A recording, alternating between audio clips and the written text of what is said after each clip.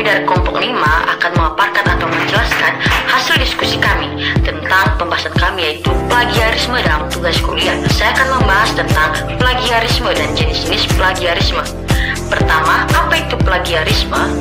Plagiarisme adalah tindakan menyalin atau mengambil karya orang lain, ide atau tulisan orang lain tanpa memberikan kredit atau pengakuan yang layak kepada sumber tersebut, lalu menyajikannya seolah-olah sebagai karya sendiri. Nah, plagiarisme merupakan pelanggaran etika, hukum, dan akademik yang serius karena melanggar hak kekayaan intelektual serta integritas ilmiah atau profesional.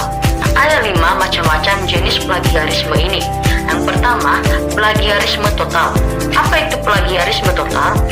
Plagiarisme total merupakan mengambil seluruh karya orang lain tanpa perubahan dan menyajikannya sebagai karya sendiri. Kedua, contohnya seorang mahasiswa menyalin skripsi dari kakaknya yang sudah lulus. Nah, lalu dia mengganti nama penulis dan menyerahkannya sebagai skripsinya tersebut sebagai tugas akhirnya. Kedua, plagiarisme parsial.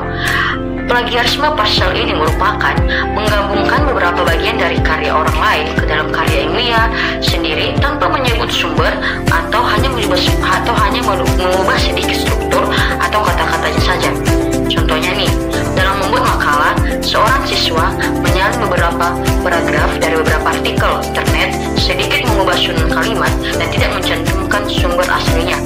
Ketiga, autoplagiarisme merupakan menggunakan kembali karya sendiri yang telah dipublikasikan atau diserahkan sebelumnya tanpa izin atau tanpa menyebutkan bahwa karya tersebut pernah digunakan. Contohnya nih, seorang penulis mengirimkan artikel yang sama ke dua jurnal berbeda tanpa memberitahu bahwa artikel tersebut telah dipublikasikan di tempat lain atau sebelumnya. Keempat, plagiarisme ide. Plagiarisme ide ini merupakan mengambil ide, konsep, atau gagasan milik orang lain meskipun tidak menyalin kata-kata secara langsung dan tidak memberikan atribusi. Nah, mengapa plagiarisme ini merugikan banget? Kita harus perlu tahu. Nah, pertama itu merusak integritas. Ini mana itu mencorek reputasi akademik atau profesional. Kedua, melanggar hukum. Nah, itu juga dapat menimbulkan sanksi pidana jika menyangkut hak cipta. Ketiga nih, menghambat kemajuan ilmu. Nah, itu juga menyebabkan informasi salah tentang siapa pemilik ide atau karya asli. Keempat, sanksi berat. Nah, di lingkungan akademik bisa jadi kita mendapatkan nilai 0, pembatalan kelulusan, dan bahkan pemecatan. Lanjut pada pembahasan bagian C, yang dimana faktor penyebab plagiarisme. Adapun beberapa alasan umum mengapa seseorang melakukan plagiarisme, antara lain kurangnya pemahaman tentang plagiarisme, yang artinya tidak tahu bahwa tindakan mereka termasuk pelanggaran akademik. B. Tekanan akademik, yang artinya tuntutan nilai tinggi atau beban tugas yang berat sehingga membuat mahasiswa mencari jalan pintas. C. Manajemen waktu yang buruk, yang artinya kebiasaan menunda tugas membuat mahasiswa tidak punya cukup waktu untuk menyelesaikan tugas dengan benar. D. Kemudahan akses informasi, yang artinya informasi yang tersedia secara instan di internet sehingga membuat copy paste terasa mudah dan cepat. E. Kurangnya kemampuan menulis atau riset, yang artinya mahasiswa tidak percaya diri atau tidak mampu menyusun tulisan sendiri. F. Kurangnya bimbingan akademik, yang artinya minimnya arahan dari dosen sehingga membuat mahasiswa bingung dalam mengerjakan suatu tugas. G. Minimnya penegakan sanksi, yang artinya lemahnya pengawasan dan sanksi sehingga membuat plagiarisme dianggap hal yang sepele. H. Budaya akademik yang lemah, yang artinya lingkungan kampus yang tidak menanamkan nilai-nilai integritas akademik yang tinggi. Bagian D.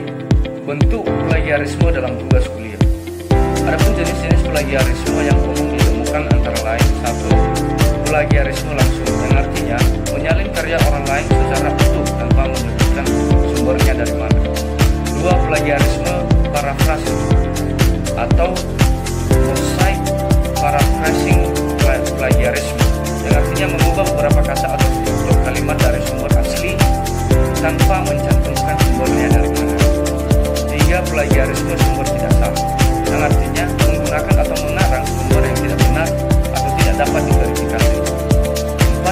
plagiarisme oleh delegasi, yang artinya menyuruh orang lain mengerjakan tugas kemudian mengklaim bahwasanya itu adalah hasil karyanya sendiri.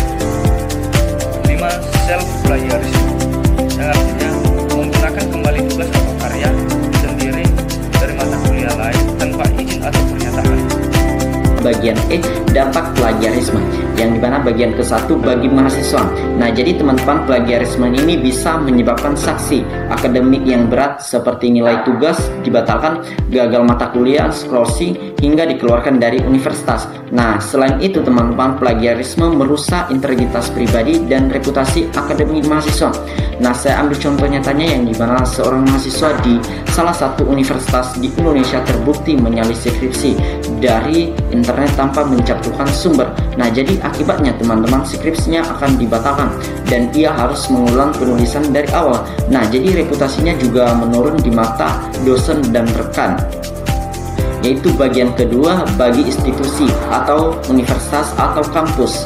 Nah, jadi teman-teman, plagiarisme yang marak dapat merusak reputasi institusi di mata masyarakat dan lembaga akreditasi. Dan F adalah upaya pencegahan dan penanganan plagiarisme.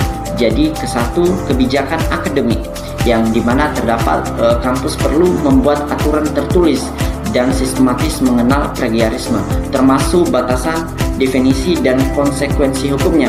Jadi saya ambil contoh yang dimana universitas saya contohnya memiliki panduan akademik yang jelas mengenai plagiarisme dan menggunakan aplikasi seperti Turnitin untuk mendeteksinya. Nah, bagian kedua adalah sanksi tegas dan proporsional, yang dimana teman-teman penerapan hukumnya sesuai tingkat pelanggaran ringan hingga berat, membuat efek jerah dan mendorong kesadaran etika. Nah, saya ambil contoh teman-teman, mahasiswa yang terbukti menyalahi sebagian besar isi makalah tanpa mencantumkan sumber akan mendapatkan nilai 0 dan diminta mengulang tugas kembali. Yang bagian ketiga yaitu edukasi dan literasi akademik, yang dimana terdapat mahasiswa perlu diajari cara menulis akademik, mengutip sumber yang benar, dan pentingnya orientasi karya. Jadi saya ambil contoh yang dimana terdapat beberapa kampus mengadakan workshop akademik worthy dan research manajemen setiap awal semester. Dan yang keempat adalah pembinaan dan bimbingan dosen, yang dimana dosen wajib membimbing mahasiswa secara intensif agar memahami pentingnya etika akademik, termasuk menghindari plagiarisme. Nah, selanjutnya kita akan membahas tentang analisis SWOT dan strategi SWOT, yang dimana analisis SWOT ini adalah suatu alat atau metode untuk mengidentifikasi atau memahami kekuatan, kelemahan, peluang, dan ancaman. Sedangkan strategi SWOT adalah merupakan langkah-langkah strategi yang dibentuk berdasarkan hasil analisis SWOT dengan tujuan untuk mencapai keunggulan kompetitif atau menyelesaikan masalah. Jenis-jenis strategi berdasarkan kombinasi.